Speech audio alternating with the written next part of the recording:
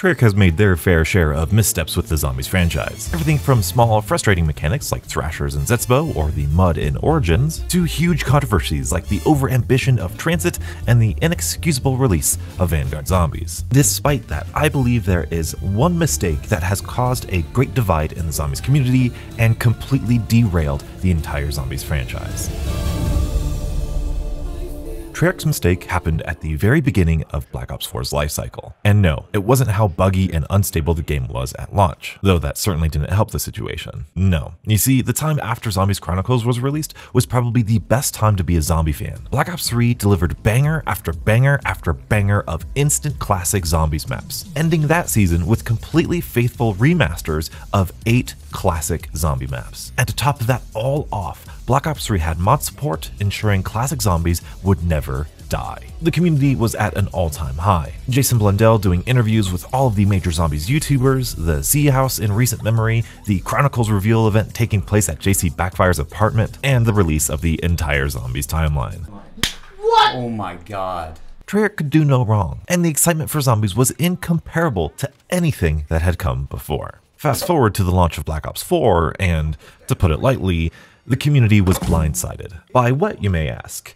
Well, everything. Black Ops 4 brought a new point system, a new perk system. Zombie AI was different, zombie health and speeds were different, the entire perk system philosophy was different. There were talismans and elixirs and specialists and an entire create-a-class system, and it was all incredibly overwhelming. It caught the entire community off guard. Sure, there were leaks and rumors about the alleged removal of Juggernog and other radical changes, but those were just speculations, they weren't confirmed. And the casual fans certainly didn't know about these changes until the game was released. But Treyarch didn't mess up by changing all of these things. They didn't mess up by trying something radically different. They didn't mess up because some of these things didn't quite work out. Treyarch messed up by not setting reasonable expectations for what Black Ops 4 Zombies truly is. You see, Black Ops 4 is not a sequel to Black Ops 3. Black Ops 4 is the first installment in an entirely new take on zombies. Let me say that again. Black Ops 4 is not a sequel to Black Ops 3. It is the first iteration in a brand new Zombies franchise. So let's rewind back to Black Ops 4's launch event. During the Zombies portion, we had Craig Houston and Jason Blundell showcase some important aspects of Black Ops 4 Zombies. Everything from new game modes and custom mutations to a brand new storyline, callings,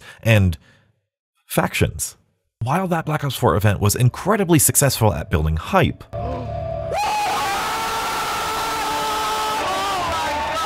it failed to authentically convey what Treyarch's main goal was for Black Ops 4 Zombies. Instead, Jason Blundell was left trying to explain core gameplay mechanic overhauls on a multiplayer-based Twitch livestream. Not exactly how you want to convey important information to your target audience. Could you imagine if instead of talking about callings and factions, Jason explained in detail their philosophy behind dramatically altering the point system? What if he explained their goals behind the radical perk system change? What if he was able to explain how these 10-year-old mechanics of classic zombies were actually holding them back from developing something more fun and engaging? What if he set the expectation that this is not anything like Black Ops 3 because we want it to be even better? And then explained why these systems are better than the classic systems, despite them still having some flaws. If the community is primed in this way, I think the reaction to Black Ops 4 Zombies is substantially different than the one we saw. I think there are fewer people accusing Treyarch of changing things for the sake of change. I think there's more open-mindedness about the flaws of the classic systems. And I think the community would have appreciated the direction that the mode was going, instead of having the unfortunate mental breakdown that it inevitably wound up having. And if the community was more receptive to Black Ops 4 Zombies, would it have been extended to a 2-year title like it was rumored to be?